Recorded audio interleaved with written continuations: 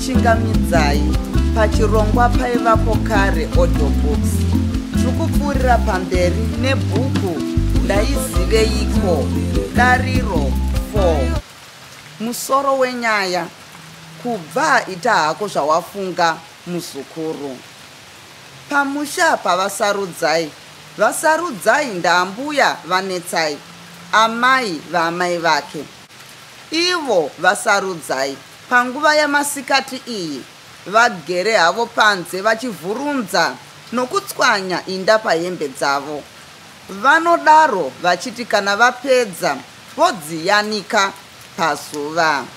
Vachingunotswanya inda kudaro, vanosimudza musoro kuti vaone pavane zuva. Maziso avo obva asanganidzana nanetsai. Vasarudzai vachitaura vega vakasinira ruoko kumaziso. Ndiri kuona zvakanaka here? Ko, zvanenge netsai? Tisvikewo ambuya.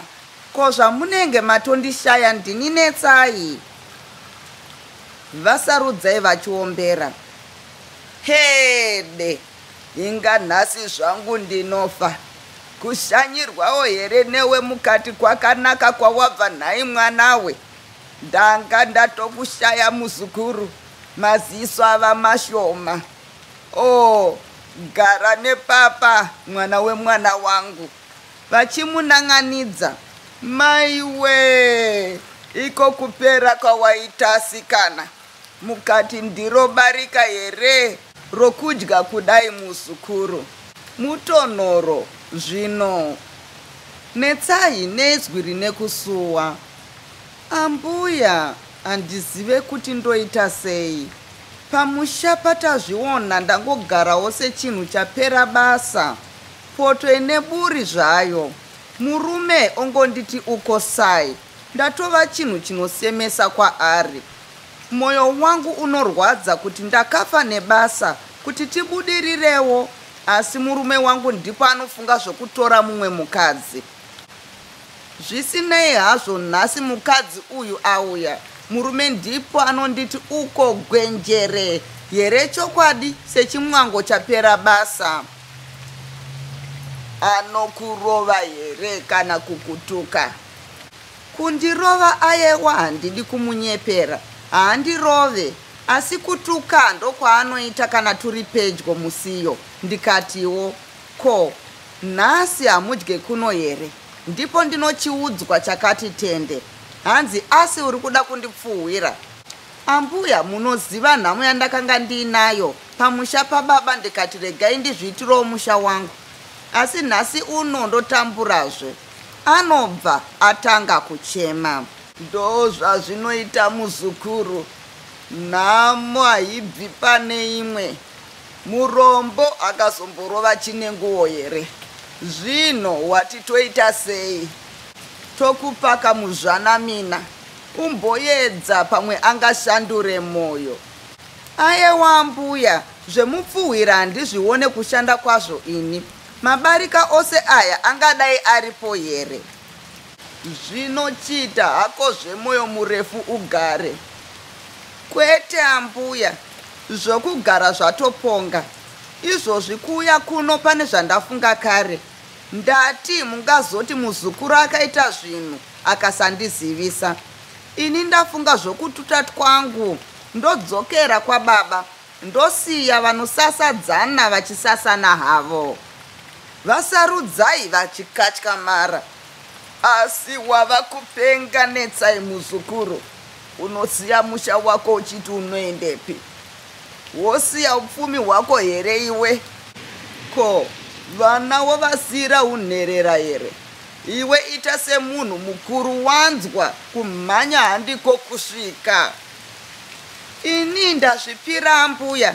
Pandakaroorwa ndaiziva kuti murume uyu murombo, asi ndakauya chete nekuti ndaida iye. Zvino kana asisade ndoita sei?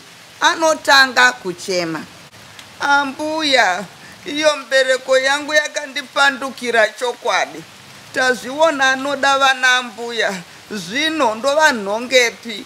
Hanzi kana usina kusununguka mbereko yako haundione mumba mako. Ndakambozvireva wani ini kuti chirungu chenyu chamarura ichi chichakupandukirai.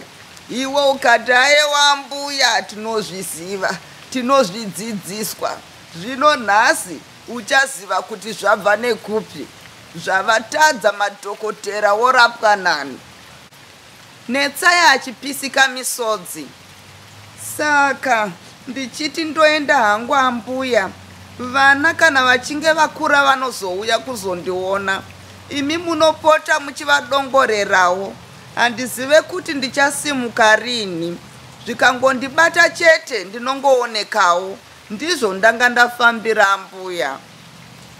Kubva itako zvawafunga muzukuru. Tinongoonawo kufamba kwezvinhu.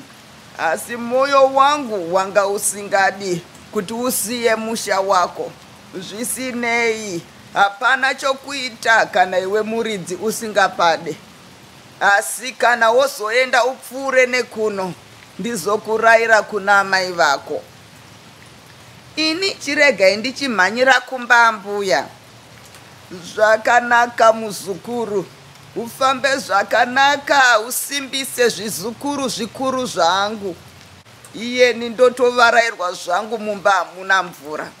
Chindimirira ndibvise hembe dzangu idzi dzandanga ndayanika kuti pamwe inda dzingatapudzike tibva tabatana ndichiendawo kutsime. Vanotora hembe idzi vobva vabuda vese. Ndatenda nekuteerera kwenyu.